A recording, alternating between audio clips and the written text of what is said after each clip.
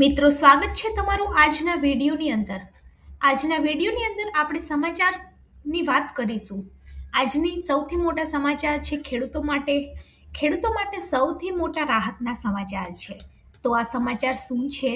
ખેડૂતોને સરકાર દ્વારા શું નવી જાહેરાત કરવામાં આવી છે અને આનો લાભ ખેડૂતો કઈ રીતે લઈ શકશે, એની આપણા વિડીયોની અંદર સંપૂર્ણ ચર્ચા કરવાના છીએ.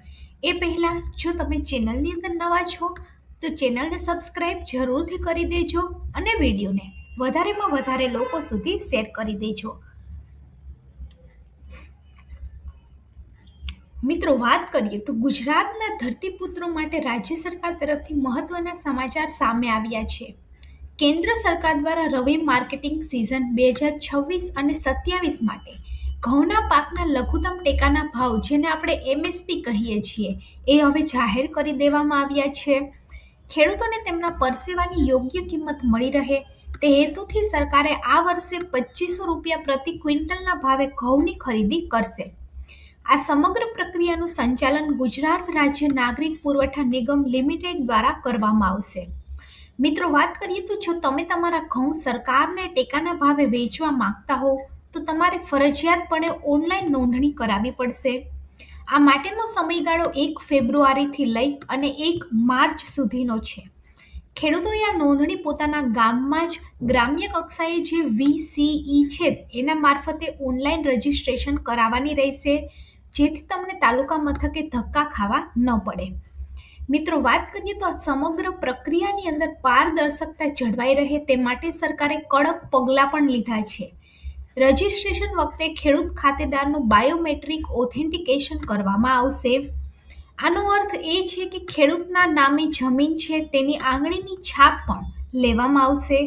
આ પદ્ધતિથી ફાયદો એ થશે કે ખોટી રીતે જે ખેડૂતો લાભ મેળવતા હશે એને અટકાવી શકાશે અને સાચા ખેડૂતને જ આ યોજનાનો લાભ મળી રહે.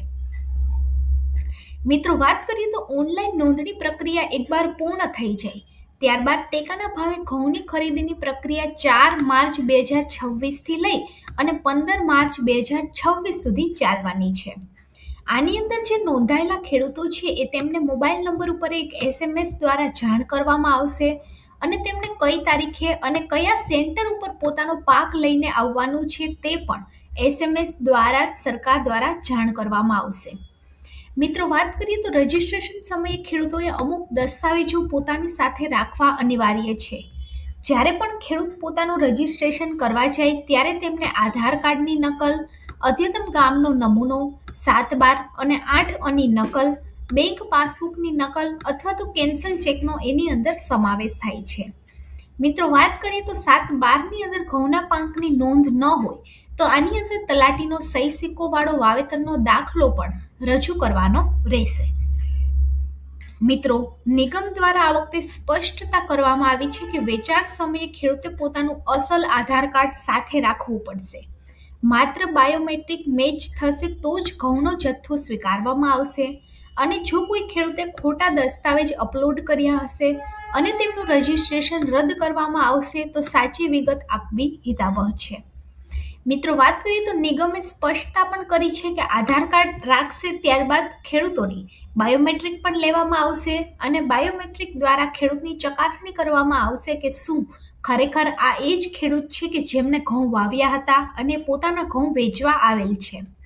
ખેડૂતોને નોંધણીની અંદર કોઈ પણ મુશ્કેલી પડે તો તેઓએ હેલ્પલાઇન નંબર 85 111 71 71 8 અથવા તો 85 111 71 719 ઉપર સંપર્ક પણ કરી શકે છે. મિત્રો, વાત કરીએ તો રાજ્ય સરકારે તમામ ખેડૂતોને સમયસર ગ્રામ પંચાયતનો સંપર્ક કરી અને નોંધણી કરી લેવા પણ અનુરોધ કર્યો છે, જેથી તેઓ ટેકાના ભાવે મહત્તમ લાભ લઈ શકે છે. તો આ રીતે જે પણ ખેડૂતોએ પોતાના ખેતરની અંદર પાક વાવ્યો છે, ઘઉંનો પાક વાવ્યો છે, તેમને સરકાર દ્વારા મોટી જાહેરાત કરવામાં આવી છે કે 2500 રૂપિયાના ભાવે પ્રતિ ક્વિન્ટલ એટલે કે 100 કિલો જે ઘઉં છે એ 2500ના ભાવે ખેડૂતો પાસેથી ખરીદવામાં આવશે અને જે પણ ખેડૂતોને આની અંદર ઘઉં વેચવા હોય એમને આજે જ VCEનો સંપર્ક કરી અને પોતાનું રજિસ્ટ્રેશન કરાવવાનું રહેશે. આની સાથે જ તલાટીનો દાખલો પણ જોશે વાવેતરનો.